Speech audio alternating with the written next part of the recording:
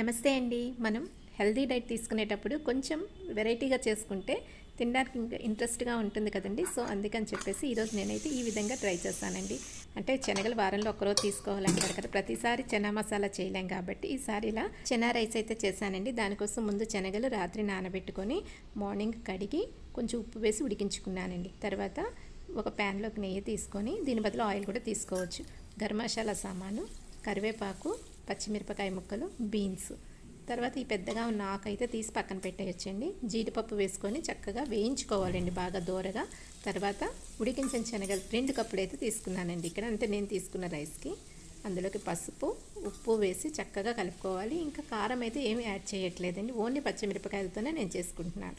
తర్వాత ఉడికించిన రైస్ అనేది ఇందులో వేసుకొని కలిపేసుకొని మీకు ఇంకా అవసరం పడితే కొంచెం నెయ్యి అనేది యాడ్ చేసుకోవచ్చండి. రైస్ అది బాగా కలిసిన తర్వాత దీంట్లో కొబ్బరి తురుము, క్యారెట్ తురుము, కొత్తిమీర చిన్నగా కట్ చేసుకుంది వేసుకోవాలండి. ఒక 2 నుంచి 3 నిమిషాలు ఫ్రై చేసుకోవాలి. నచ్చితే నిమ్మరసం కూడా యాడ్ చేసుకోవచ్చండి, నేనైతే యాడ్ చేయలేదు. ఇది లంచ్ బాక్స్కి అయితే పర్ఫెక్ట్గా సరిపోతుందండి. పిల్లలకి, పెద్దలకి అందరికీ కూడా పర్ఫెక్ట్గా సరిపోతుంది. హెల్దీ కూడా కదండి. Thank you for watching.